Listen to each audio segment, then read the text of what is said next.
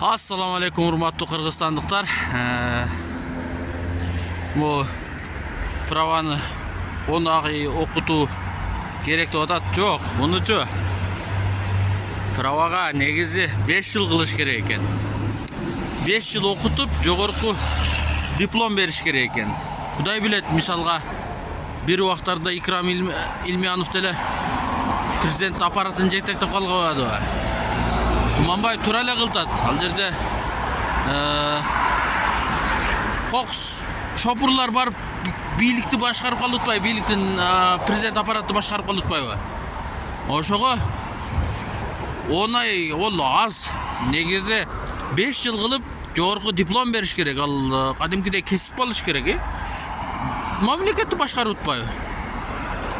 Ызылдап аткандар, окусаңар жөн окуп алгыла, болбосо окубагыла. Машинаны айдасаңар, ошо шопур болсоңар ошондой ол шопур болгула. Бир убактарда шопур болуп жүргөн адам эле, эч билими жок адам эле Кыргызстанды башкарып отуруп калды го, баткенден бери бүт бардыгын. Жылкылар, казы карталар ошого союлуп келип турбадыбы. Ошого азыркы бийлик тура эле кылтат. Себеби кандай болот, кандай акыбал болот, ким билет, Кудай билет да. Ошого окугандар жакшылап чыдап окуп алгыла эми, башка айла жок.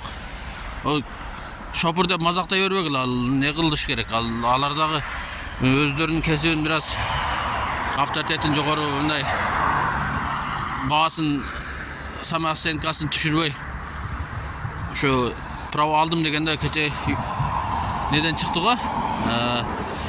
Право алдым деп бакыра тургандай болуш керек да. Диплом алдым дегендей кылып бир жылкы союп жууй тургандай болуш керек право алган адам,